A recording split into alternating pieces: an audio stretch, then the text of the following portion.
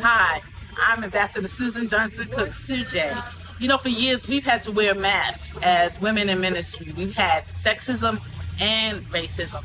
But today the masks are coming off and we're going to have a real conversation. Black women in ministry, how we're responding to what's going on. Welcome to Live with Sujay. Ooh, you can live, you can laugh, you can love. Life with Sujay.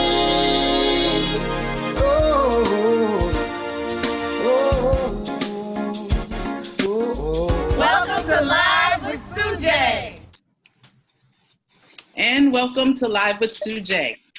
So often we wear masks. We've been wearing masks through this pandemic, but many of us have had to wear masks all of our lives, camouflaging the pain and the hurt and the longing. But today we're speaking with Black women in ministry. Post-COVID-19 pandemic and now into Black Lives Matter pandemic, and we're taking the masks on. We want to have some real conversations about race in America, sexism in America. And joining me today are three delightful sister friends and colleagues. We have Reverend Redora Stewart of Wesley Seminary, Reverend Dr. Lisa Wea, who's the pastor of New Bethlehem Baptist Church in Baltimore, and Reverend Monica Raines, Christ United Methodist Church in Southwest Washington. Welcome, my sisters. Thank you. Thank you. Delighted to have you. I know all of us are feeling a range of emotions. We've been African American all of our lives. So we're Black, we're women, but we're also Black women in ministry. And often we hold and embrace our members and our colleagues when they're breaking down and when they're having stress.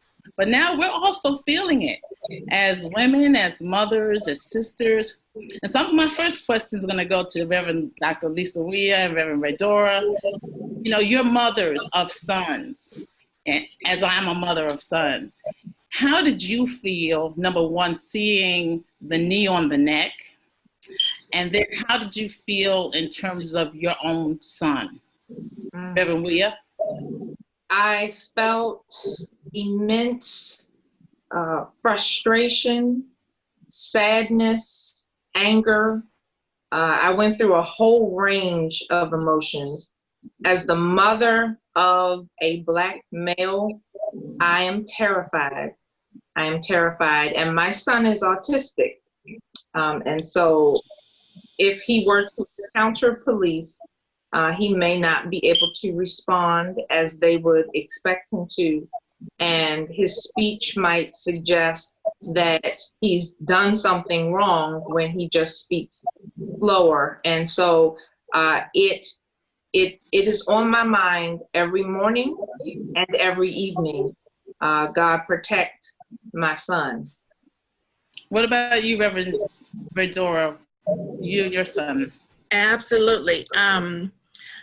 I had been involved in making masks for chaplains and hospital chaplains and military chaplains during this COVID pandemic before I even paid attention to the news. So when I turned on the news and saw it, it's like my womb stood up in me and I just began screaming to the TV, "You're choking him, you're killing him, what are you doing?" And it took me back to the Rodney King verdict riots. I had just given birth to my son a week before. I lived in one of the gated enclaves of Los Angeles, Windsor Hills. And when the riot hit, we were in essence quarantined and exiled to that little place because my neighbors to the left and the right were white. So we were positionally safe. But as my son grew, he was 6'9", and my height at 9 years old, and now he's 6'6.5". Imagine growing up in Los Angeles and my very fear in seeing young brother Floyd on the ground with the knee in the neck was my terror realized, because even though we lived in the apex of two of the most notorious gangs in LA, my only constant, all-pervading fear was of LAPD.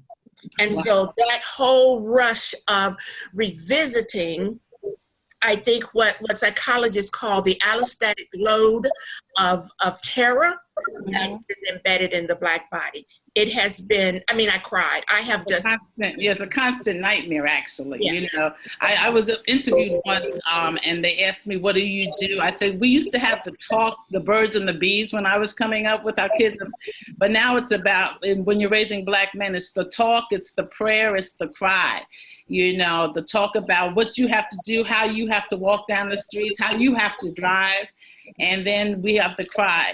Reverend Monica, you're not a mom, but certainly a pastor of mothers. How do you feel during this time, particularly when you saw the sight of this knee on the neck? I mean, it's devastating. And, you know, as a pastor, people come to you, they want help, they want comfort. Our Bible study that we had just turned into a lament area. Church has become a lament time of prayer, of lamenting. I've been trying to encourage the members through Psalms. There's so much in there about justice and God's justice, but it's just it's really harmful to see. We are encouraged by some of our seniors who share. They say, Pastor, we saw this in the 60s. We saw this. We marched. I have a member of our church that is from Selma and was at all the meetings with Dr. King, and so their wisdom has been able to help as we really come together as a community, but just to share love. And it's hard to show God's love and God's hope when people are like, look, you know, mothers who are like, Pastor, if they come up to me wrong, I'm gonna have something to say, you know, like it's the sweetest Christian moms, but just, you know, your heart is where your children, with your children, and just the crying, the lamenting, it's constant at this point. Exactly. I'm going to read to you Langston Hughes' mother to son. Well, son, I'll tell you, life for me ain't been no crystal stair. It's had tacks in it and splinters and boards torn up in places with no carpet on the floor, bare. But all the time I've been climbing and reaching landings and turning corners. What would you say to your sons? Now, that's a male voice speaking in behalf of his mother. What would you say to your sons in 2021? Well, son, finish the sentence in 2 sentences. Reverend Weah, what would you say to your son? Well, son, I wish I had a new poem for you, but unfortunately, and very sadly and shamefully, those same words are echoed today. Son, I wish we had a better America for you to walk into your young adulthood. I also have a 2-year-old grandson. I hope that life for you won't be the same staircase that your father and your grandfather had to climb. Reverend Medora, what would be your letter to son? Well, son. Well, son, I know life for you has not been a crystal stair, has not been easily to become upwardly mobile. Son, I know the pain in your body from the police car mowing you down at the peaceful Black Lives Matter protest you led in Boston. Son, I know and I see how you dance differently now because of injury to your body. However, I want you to know that every broken bone, every bruised muscle, every cry from my heart and tear in the ground is the same as the bloodshed of your parents, your grandparents, your great-grandparents. You have joined, even in this life, a great cloud of witnesses of God's faithfulness to those who suffer and the disinherited. Wow. You know, with my sons, we were all home together because of COVID. So it was the first time actually that we were able to talk openly about racism, because one of the things that racism does is it makes you walk around thinking that you did something wrong, and people are scared to talk about what actually happened because it's so painful. But we put on the table things that happened in my life as a child, things that happened in my life from the first day of school on the school bus at age 5 all the way through adulthood. And then my son recently, who finished med school, had a racist experience, and we were able to really talk and unpack that and let him know, you are not the problem, son. You know, you are a mighty man. You have done everything and plus what we've asked you to do and what God has required of you. So it allowed us to talk on the table, put race on the table. So how do you, Pastor Monica, put race on the table every day? Do you recall incidents that happened to you as a young woman? Or do you just deal with it just openly with your parishioners? How do you put race on the table? Yeah, I remember being in a Foot Locker with my dad and my sister when I was young. My dad retired from the military and had a painting company, so sometimes he'd have paint on his clothes. And this was one of those days we were getting sneakers, and there was a white lady, and she turned around and looked at us and my dad and grabbed her purse, and my dad tried to laugh it off. He was like, "Oh, she thinks I'm going to take her money." And it's funny because I've heard from many men who serve in the military or police officers, they get treated one way with the uniform on, and they get treated another way when the uniform comes off. And that's true for my dad. If he would have had his military uniform on, or what I would call his papers, I threw that in my sermon Sunday. You know, you have on your papers, your military uniform, your badge, show white people you're safe. You're a safe Black person. My father was a tall Black man. You know, so I mean, I remember that. I remember being in apartments and people thought that it really wasn't my apartment. Oh, this is not your apartment. Yes, ma'am, I live here. Here's my ID. You know, so yeah, I've dealt with racism, and I've seen it, you know, with my dad, with, you know, white women being afraid of him. Wow, this is powerful, and you represent the voices. Certainly, we're 4 Black women ministers out of the thousands that we know who we've gone to school with, who are serving. But your voices and our voices are so important to this discussion. We want to make sure the Black woman in ministry's voice is not left out. And so we want you to stay with us. We'll be right back. If you haven't done so, subscribe to this show. Give us a thumbs up, share it. You're listening to Live with Sujay. We're getting ready to take a break. Thank you for joining us. We've had back-to-back pandemics, COVID-19, and now Black Lives Matter with racist issues happening. And you are blessed, but you also can be stressed. Well, this is the book, Too Blessed to Be Stressed, Words of Wisdom for Women on the Move, that are scriptural steps to bouncing back from burnout or to prevent burning out. So I hope that you'll get it wherever good books are sold. It's on HarperCollins, and I commend it to you, Too Blessed to Be Stressed. How did you feel? First of all, thank you for marching as a family. Why do you march? It's the right thing to do. How did you feel when you saw the knee on the neck as a Black man? I felt like I was under that knee. And how did you feel as a mother of sons when you heard him cry out to his mom? It showed the reality of where we still are and how much work there is to be done. And it made me sit back and realize how real it still is. It made me look back over my life to let me know that I've experienced it in subtle ways, but that there really was a louder undertone. Is this a changing moment? It has to be. It has to be. What needs to come on the other side? The most significant reform, from police reform to education reform to policing reform, everything needs to change. And this generation that's out there marching right now, these 3 little ones, they're gonna be the ones that are gonna put the stamp on it. Hi there, welcome back to Live with Sujay. If you haven't had the chance to subscribe and give us a thumbs up and share us, we hope that you will. This is a weekly show, and we're so delighted today to be focusing on Black women in ministry. Our voices not being silent, but being heard and being part of the conversation. We're not waiting to get to the table. We are at the table, and we want to eat this meal. Reverend Lisa Weir and myself sent out a letter when this first happened, when we all learned about George Floyd.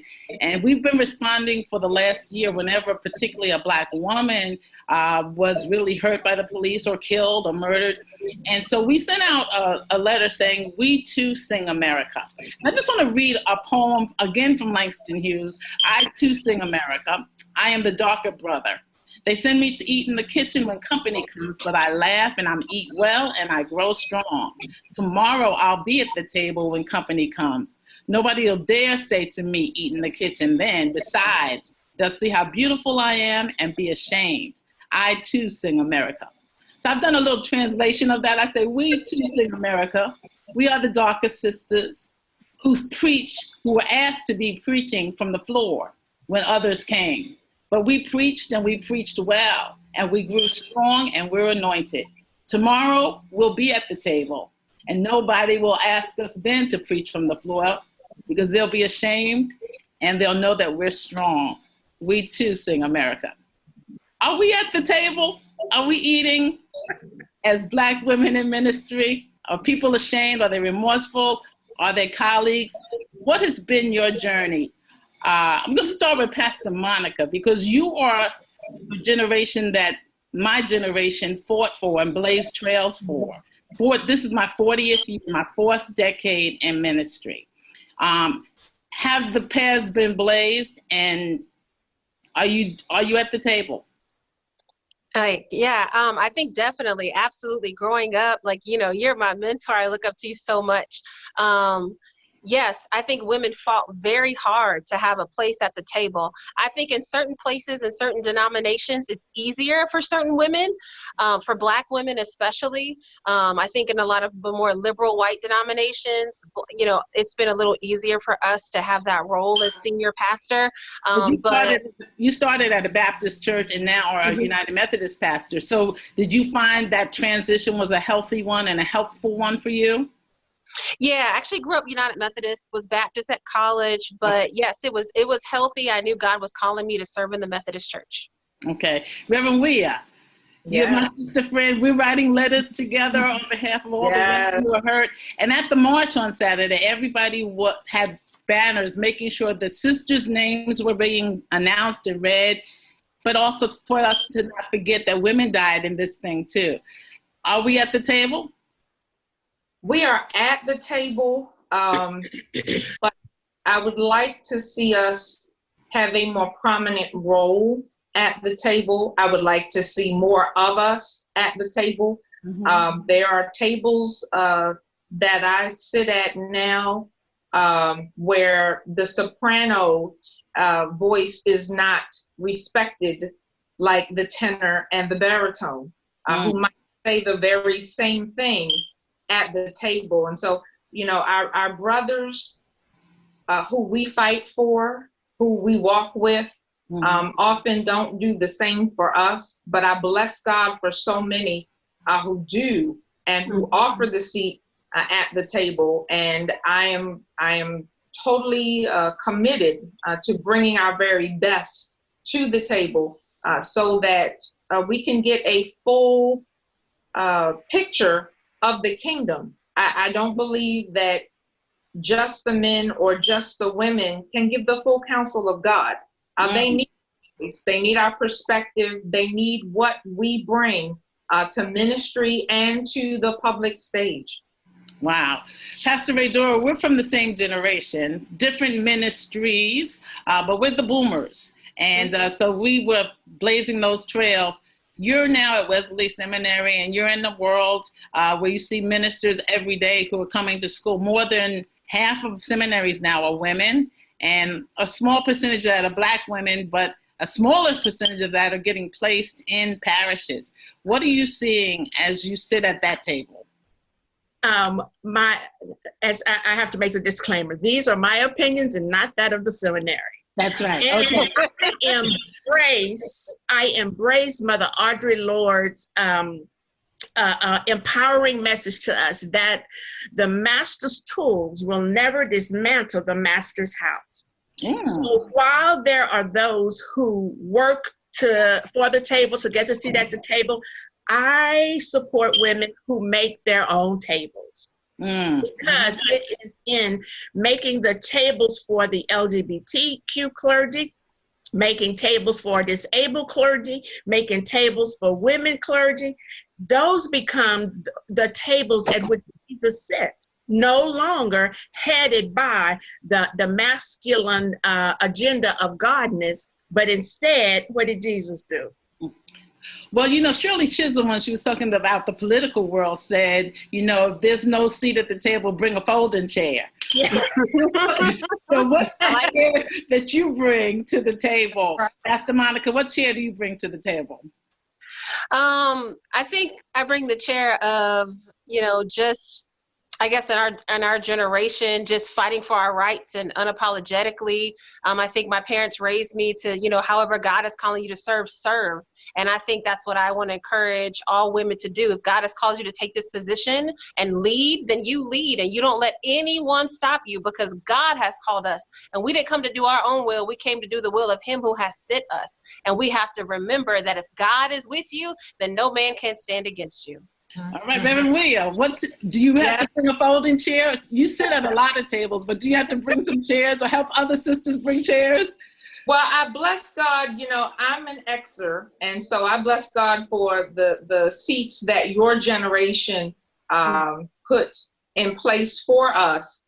And I have not had to bring a folding chair to too many tables. Now, I have had to bring some, but not too many. When Freddie Gray died here in Baltimore, I had to sit at the head of several tables. And so, God opens the doors, and women, we've got to be ready to go take the seat. Well, our generation, we don't even have a letter with ours. We have X's and Y's and Z's. So I just say we're Generation W for woman. Okay. We're Generation W. So, how have you benefited? What do you see? I know you're at certain tables, but what do you see, and what would you say to the generation who went before you? Many who are not here now with us, like Reverend Dr. Prathia Hall-Wynn, Brenda Piper Little.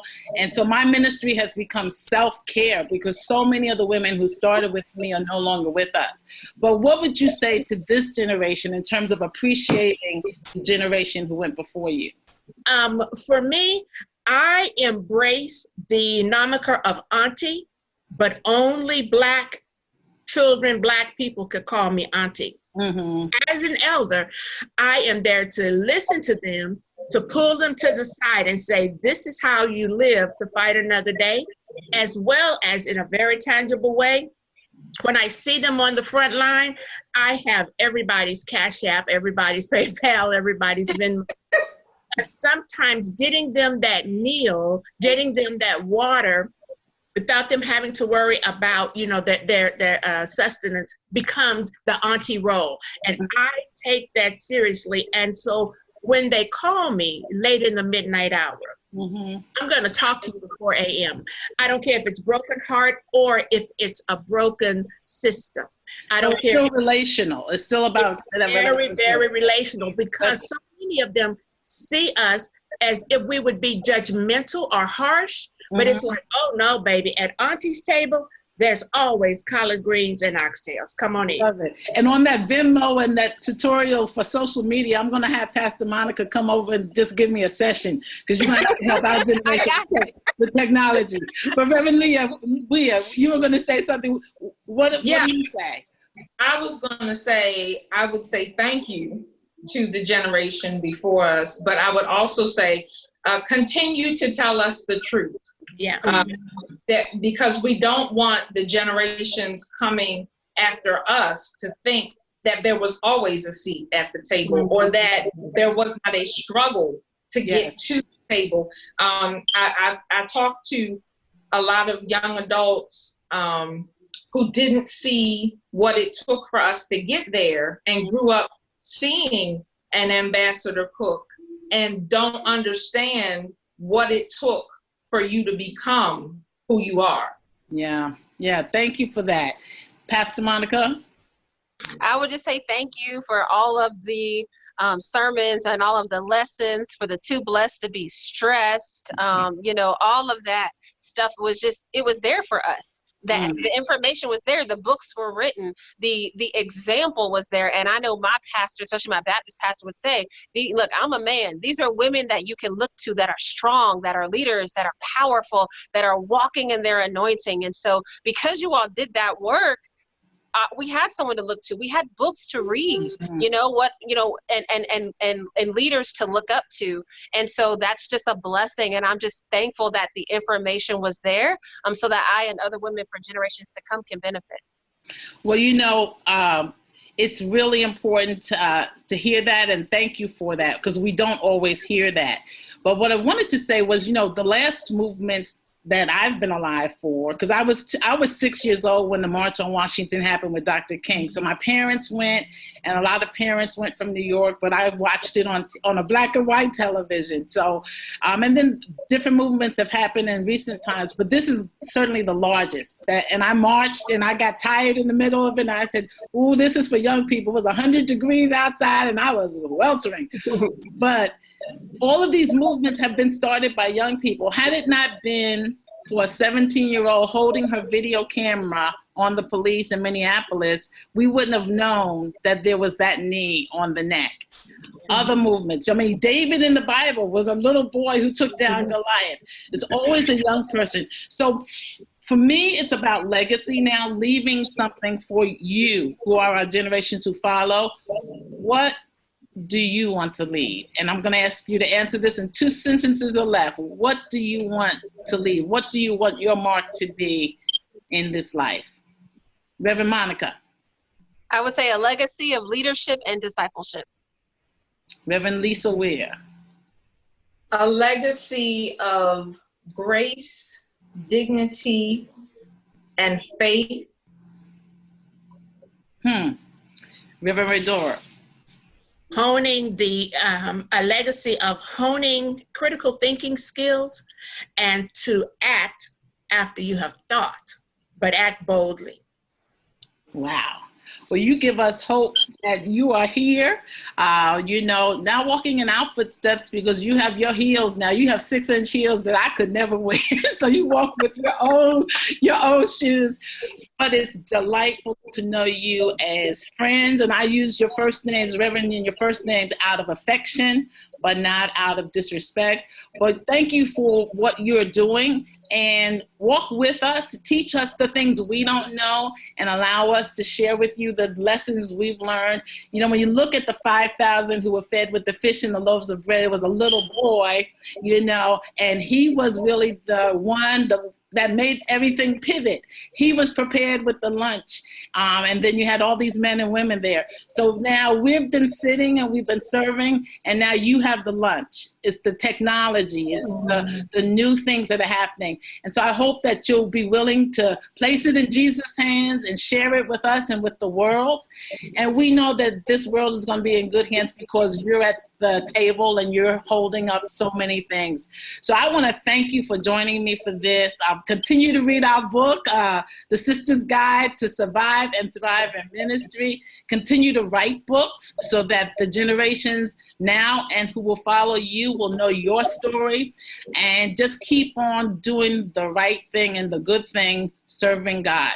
It has been my pleasure to have with us Pastor Lisa Weir of the New Bethlehem Baptist Church in Baltimore, Reverend Monica Raines, pastor of the Christ United Methodist Church in Southwest DC, and Reverend Redora Stewart, Wesley Seminary and everything, pastor, poet, mother, teacher, preacher. All of you are so multi-talented, multitasking, and it's been my pleasure to have you. Thank you for joining us, and it's been my pleasure for you to share this time with us. Tune in every Wednesday, live with Sujay, because we're all the way live and in living color. God bless you till we meet again. God bless. Amen. Bye-bye. Thank you. Bye-bye. Thank you. Thank you. So Christ be with you. Thank you so much for joining us. And we've been having a great discussion about women in ministry. If you are a woman in ministry or know a woman in ministry, this is the book for the season. The Sister's Guide to Survive and Thrive in Ministry. It's on Judson Press and it's sold wherever books are being sold. But you need this as a resource. Captures 40 years, 4 decades of my life in ministry and experiences in ministry. This is my 40th year since being licensed to preach the gospel. I hope it will be helpful to you.